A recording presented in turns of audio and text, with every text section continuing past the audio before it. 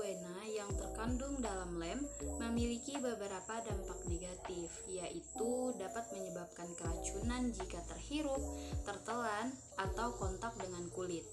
Gejala keracunan termasuk pusing, sakit kepala, dan gangguan sistem saraf, serta dapat mengiritasi mata, kulit, dan juga saluran pernapasan.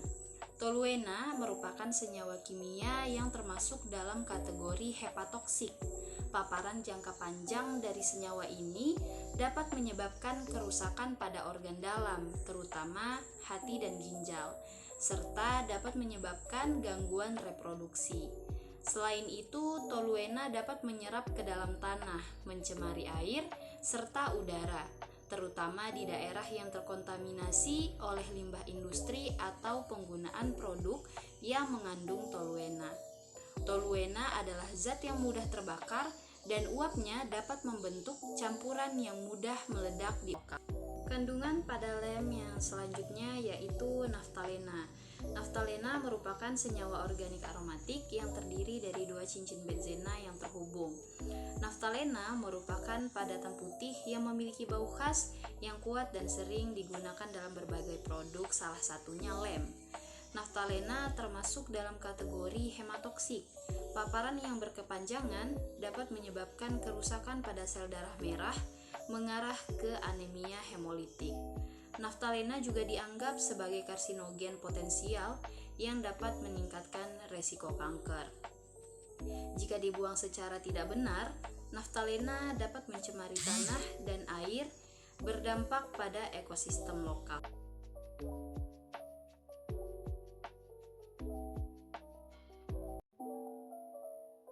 Yang kedua yaitu deterjen mengandung benzena dan juga surfaktan. Benzena termasuk dalam kategori hematotoksik. Dampak dari paparan benzena dapat mengganggu fungsi sistem peredaran darah, termaksud menyebabkan anemia dan gangguan pada sel darah putih. Selain itu, benzena juga dikenal sebagai karsinogenik, yang dapat meningkatkan risiko kanker terutama leukemia. Ada juga kandungan dari deterjen yaitu seperti surfaktan. Itu menyebabkan iritasi kulit, dapat mengganggu lapisan pelindung alami kulit, menyebabkan kekeringan, kemerahan, gatal, atau bahkan dermatitis kontak pada beberapa individu yang sensitif. Yang ketiga adalah deodoran. Deodoran ini mengandung bahan aluminium klorida.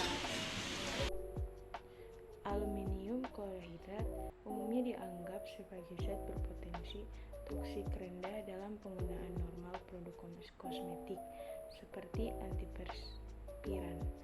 Namun dalam konteks toksisitas, aluminium klorida dapat masuk dalam kategori iritan bagi kulit dan mata pada beberapa individu, terutama yang memiliki sensitivitas tinggi.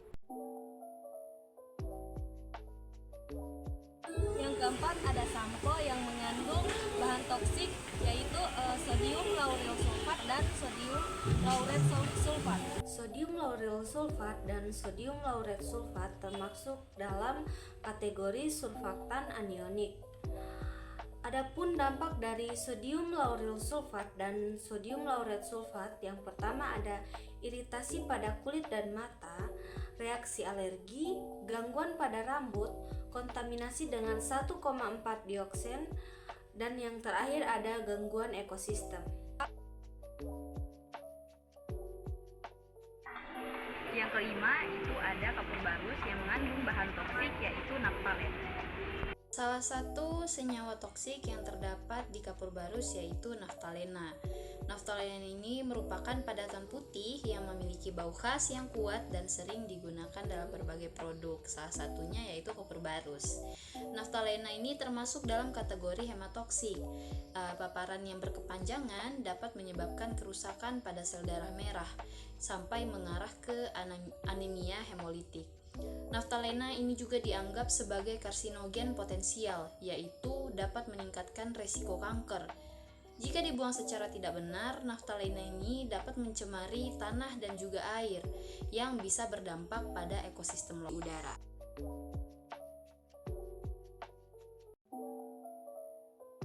Selanjutnya ada Baygon, ini mengandung tetrametrin dan Selanjutnya itu ada kandungan dari baygon, yaitu ada tetrametrin dan juga aletrin. Dampak tetrametrin bagi kesehatan dapat menyebabkan iritasi pada saluran pernapasan, termasuk gejala seperti batuk, bersin, dan tenggorokan kering. Pada paparan yang lebih tinggi dapat menyebabkan gejala neurologi seperti pusing, sakit kepala, dan juga mual. Adapun dampak dari aletrin bagi kesehatan itu dapat menyebabkan iritasi kulit dan mata jika terjadi kontak langsung. Gejala yang mungkin muncul termasuk kemerahan, gatal, dan juga rasa terbakar. Selanjutnya, bakteri yang mengandung timbal dan kadmium.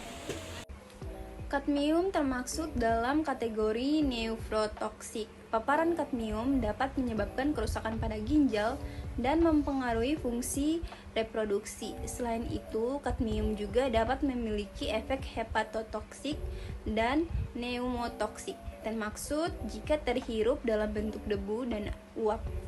Timbal termasuk dalam kategori neurotoksik. Paparan timbal dapat menyebabkan kerusakan pada sistem syaraf, terutama pada anak-anak, yang dapat mengakibatkan gangguan perkembangan dan masalah kognitif. Selanjutnya ada parfum yang mengandung bahan toksik alkohol. Alkohol termasuk dalam kategori hepatotoksik. Paparan alkohol dapat menyebabkan peradangan, kerusakan sel, dan gangguan fungsi hati, serta meningkatkan risiko penyakit hati.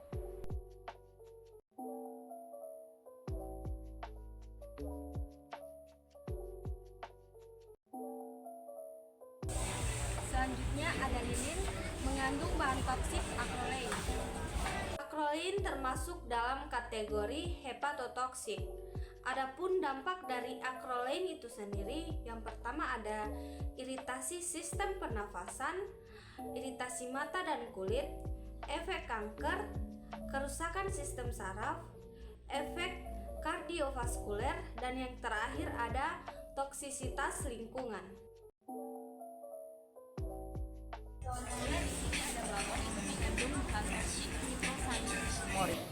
Adapun zat toksik yang terkandung dalam balon yaitu nitrosamin, itu dampaknya bagi kesehatan yaitu dapat menyebabkan resiko berbagai jenis kanker. Selanjutnya ada styrofoam mengandung bahan toksik benzena dan stiren. Benzena dan stiren termasuk dalam kategori hematotoksik. Adapun dampak dari benzena yaitu paparan benzena dapat menyebabkan leukemia atau kanker darah, anemia, masalah pada sumsum tulang, dan gangguan sistem kekebalan tubuh. Paparan jangka pendek dapat menyebabkan pusing, sakit kepala, kantuk, hingga hilang kesadaran. Adapun dampak dari stiren yaitu paparan stiren jangka pendek dapat menyebabkan iritasi pada kulit dan saluran pernafasan. Adapun pada jangka panjang, paparan stiren bisa menyebabkan gangguan pada sistem saraf pusat, termasuk sakit kepala, kelelahan, kehilangan pendengaran, dan masalah keseimbangan. Selanjutnya ada pembersih lantai yang mengandung bahan toksik yaitu isotiazolinon. Isotiazolinon adalah bahan pengawet yang sering digunakan dalam produk pembersih, termasuk pembersih lantai. Isotiazolinon dapat beracun bagi organisme akuatik sehingga dapat mencemari air jika dibuang dengan tidak benar. Selain berbahaya bagi lingkungan, senyawa ini juga dapat menimbulkan bahaya bagi manusia. Senyawa ini termasuk ke dalam kategori neurotoksik. Paparan dalam jumlah yang tinggi dapat berpotensi berbahaya dan menyebabkan gangguan sistem saraf. Selanjutnya ada kabel yang mengandung bahan toksik timbal dan polivinil klorida. Polivinil klorida atau PVC dikategorikan apabila adiktif atau produk sampingan yang dihasilkan selama produksi atau pembakaran PVC dapat memiliki efek toksik, termasuk yang pertama, pneumotoksik. Jika terpapar asap atau debu PVC yang terbakar dapat menyebabkan masalah pernafasan. Yang kedua, hematotoksik. Beberapa senyawa yang termaksud dengan PVC dapat mempengaruhi sistem peredaran darah.